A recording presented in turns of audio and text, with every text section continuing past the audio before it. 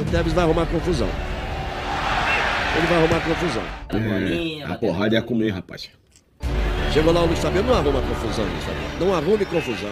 Luiz Fabiano já queria pegar todo mundo. Eu falei, vamos pegar, então vamos embora. Né? É preciso saber perder. A Argentina veio com um time, teoricamente...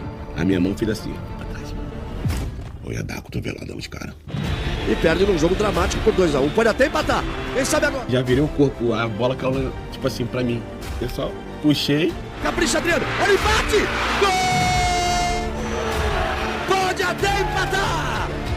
Com 2-1 eles começaram a dar balãozinho, pisar na bola, fazer gracinha. Ninguém brinca com o futebol pentacampeão do mundo.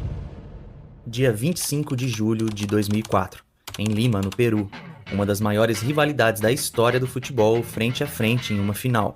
De um lado, a seleção brasileira, recém-saída da conquista histórica do pentacampeonato mundial e que levou para o Peru um time considerado por muitos como reserva, deixando fora da lista nomes como Ronaldo Fenômeno, Ronaldinho Gaúcho, Kaká, Roberto Carlos, Cafu, Dida, Juninho Pernambucano, Gilberto Silva, entre outros. Do outro lado, a Argentina.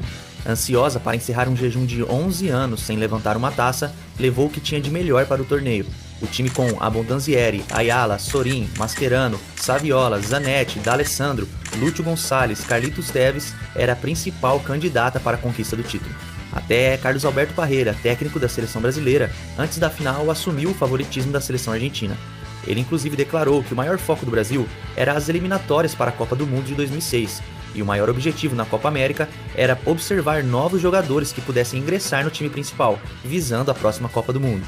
Porém, o que quase ninguém imaginava era que essa competição reservava uma final histórica que iria ficar marcada para sempre. Na lista de jogadores convocados por Parreira, haviam muitas novidades, como Gustavo Neri, Gilberto, Maicon, Dudu Cearense, Bordon e Wagner Love, além do jovem goleiro Júlio César, do Flamengo, e da dupla Renato e Diego dos Santos. O principal nome do time brasileiro era o de Alex, do Cruzeiro, eleito craque do Campeonato Brasileiro de 2003 e que carregava a camisa 10 e a faixa de capitão dessa seleção.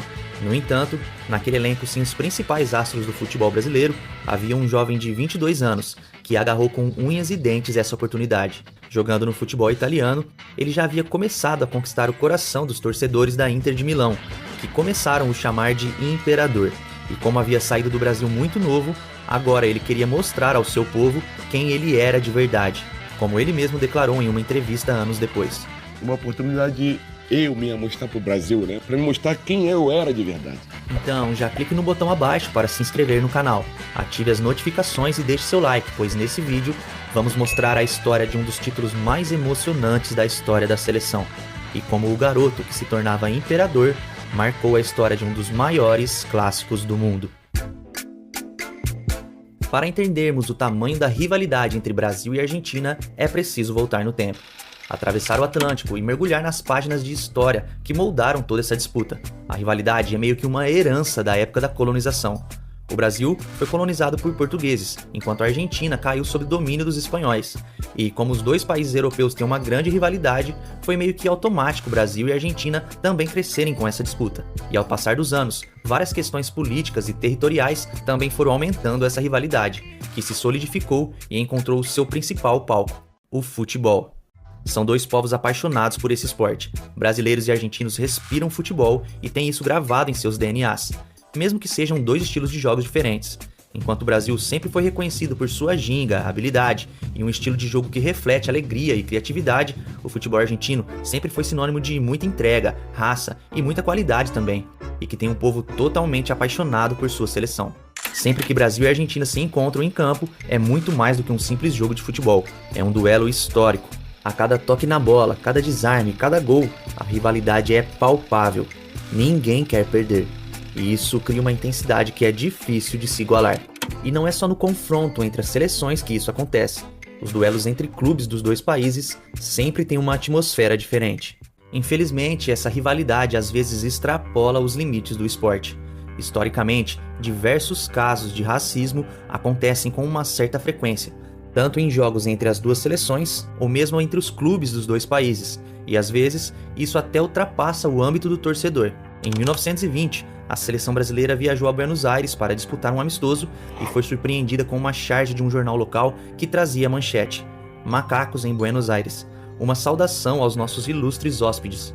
No desenho, macacos representavam a seleção brasileira. Em 1996, após a Argentina ter eliminado Portugal na semifinal das Olimpíadas, o jornal argentino Olé trazia em sua capa a manchete com a frase "Que venham os macacos", se referindo a outra semifinal que iria acontecer entre Brasil e Nigéria.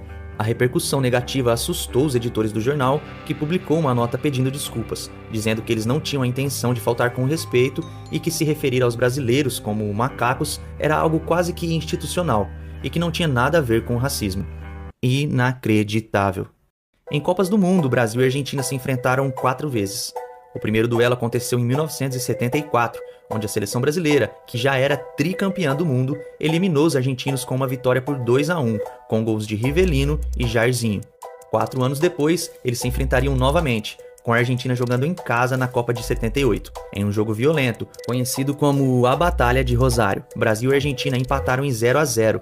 Precisando do saldo de gols para se classificarem, os hermanos conseguiram a classificação para a final, com a polêmica vitória por 6-0 sobre o Peru. Eles enfrentaram a Holanda na final e acabaram ficando com o título.